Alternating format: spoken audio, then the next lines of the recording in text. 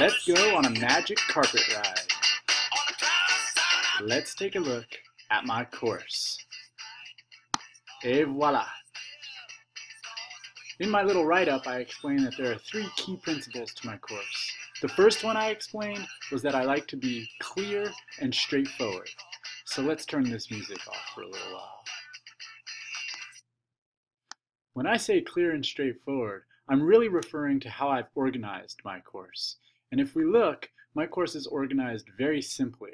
Here's the home page, and as you scroll down, you'll notice that I just have folders for all of the materials throughout the course. So for example, right now we're still within the first 4 weeks of the course. If the student clicks on this Unit 1 folder, that is going to take them to the first 4 weeks, and I have each week as its own separate folder, and I have it in reverse order. Thus, when a student clicks, the week that we're on is the first week that pops up. If we scroll down, you can see that just below week 3, we have the materials for week 2. Below that, we have week 1, and at the very bottom, we have the schedule for the first 4 weeks. If a student clicks on this folder, all of the materials for the week are presented in a particular order. I always have the review materials from the previous week at the top. You can see those here. I have review materials in this case for both writing and for some of the concepts. And then as you scroll down, we get to the new materials for this week. So here I want them to think about advertisement analysis, and I want them to take a look at a couple of my lectures. At the very bottom of the page, I always have the link to the homework that they will be doing. So they're always answering a blog. And we'll take a look at that blog here in a moment. But what this means is that students are never more than 2 clicks away for all of the material that they need for any given week. And when in doubt, they can always click on content and they'll be taken right back to the home page. So I've tried to set up a course that's incredibly straightforward. Now, the second principle I had talked about was being really student-centered, and I focused on how much work I want to do with each individual student.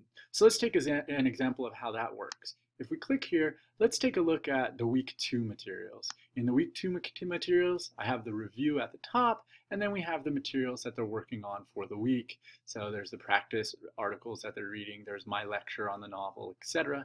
And once they get down here, they see the blog entry. So they click there, that takes them to the blog page. When they're on their page and signed in as a student, they only have the blogs that they're working on. I'm signed in as an instructor now. But let's imagine that we take a look at an individual student's work. If we click over here, we can scroll down and let's see, let's do Brittany. If we click on Brittany's work, we can see that she has her responses here on the blog.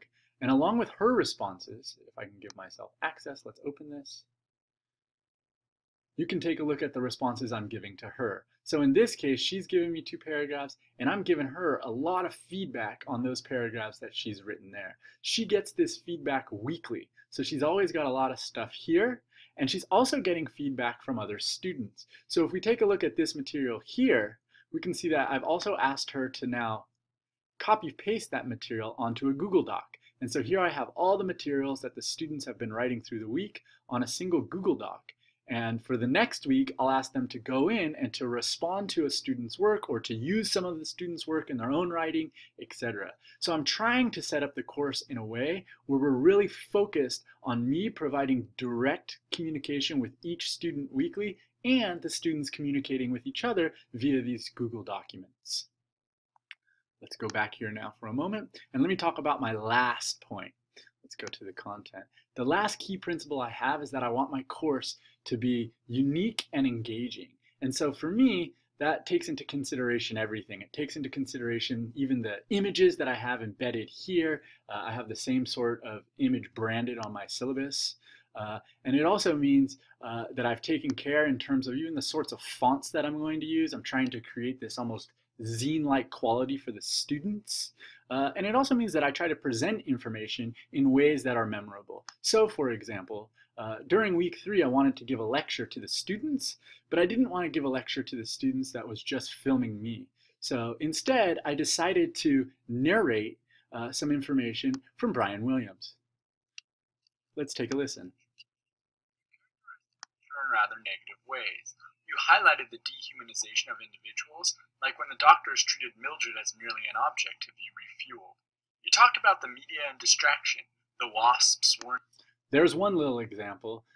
Overall, I try to make sure that I'm creating a course that's uniquely my own so that the students get a strong understanding of my personality, and they get that strong understanding via the way I've designed lectures, but also via the way that I'm continuously communicating with them individually throughout the semester. So this is just a quick little run through my course, and I think we're done with that little carpet ride. As is this YouTube clip. Okay, take care.